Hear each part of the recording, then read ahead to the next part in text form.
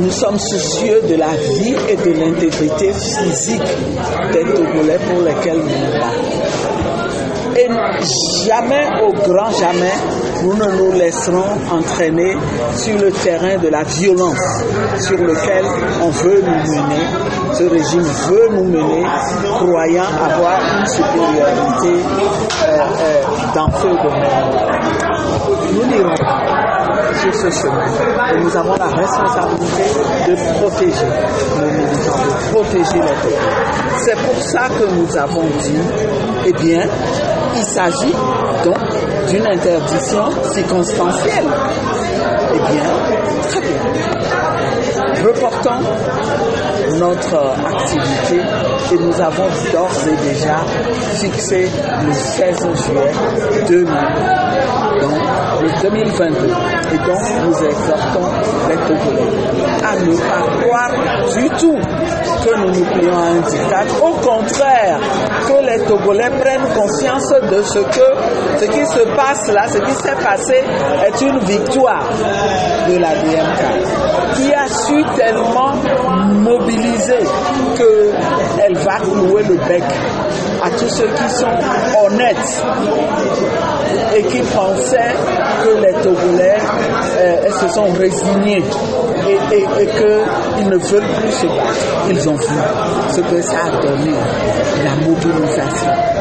Et donc, continuons, nous allons continuer cette voie-là. Rendez-vous le 16 juillet. Le même scénario, encore faut-il qu'on ait des arguments. On verra. Et on avisera.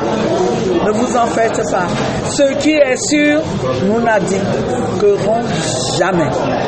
Si on pense par ces subterfuges nous refroidir et nous emmener à nous soumettre, on se trompe. Mais les conséquences, c'est que on veut nous empêcher, mais nous ne nous laisserons pas empêcher. Et vous remarquerez, ce jour même, nous avons pris la décision et avons déjà informé le ministère de l'administration territoriale de ce report que nous avons accepté de faire.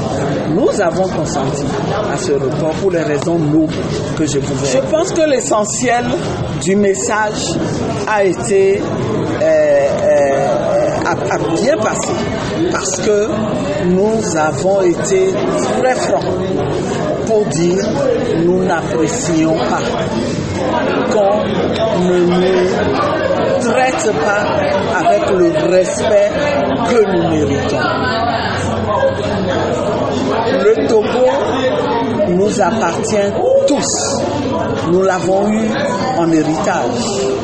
Et nous avons vocation à gouverner ce pays. Et un de mes collègues a rappelé même judicieusement que si on avait été dans un pays démocratique, c'est nous qui serions là où ils se trouvent. Ils le savent bien. On exige le respect. Le peuple exige le respect de ceux qui incarnent son combat, de ceux qui le représentent, qui sont vraiment proches de lui. C'est un premier message. Deuxième message, nous leur avons dit, c'est triste, c'est déshonorant pour vous-même et pour le pays. Et ce n'est pas rassurant l'image que vous présentez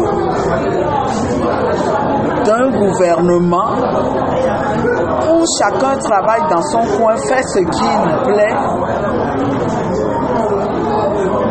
et où les membres prennent des décisions contradictoires.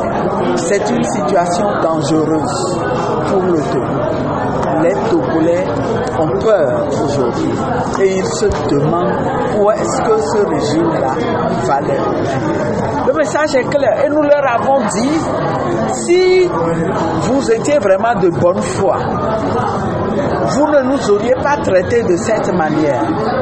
vous nous auriez fait signe, vous nous auriez appelé, vous nous auriez associés à la prise de décision, vous auriez tout fait pour nous convaincre que nous devons reporter cette activité et nous-mêmes, en responsables, on vous aurait aidé à faire passer le message auprès du peuple.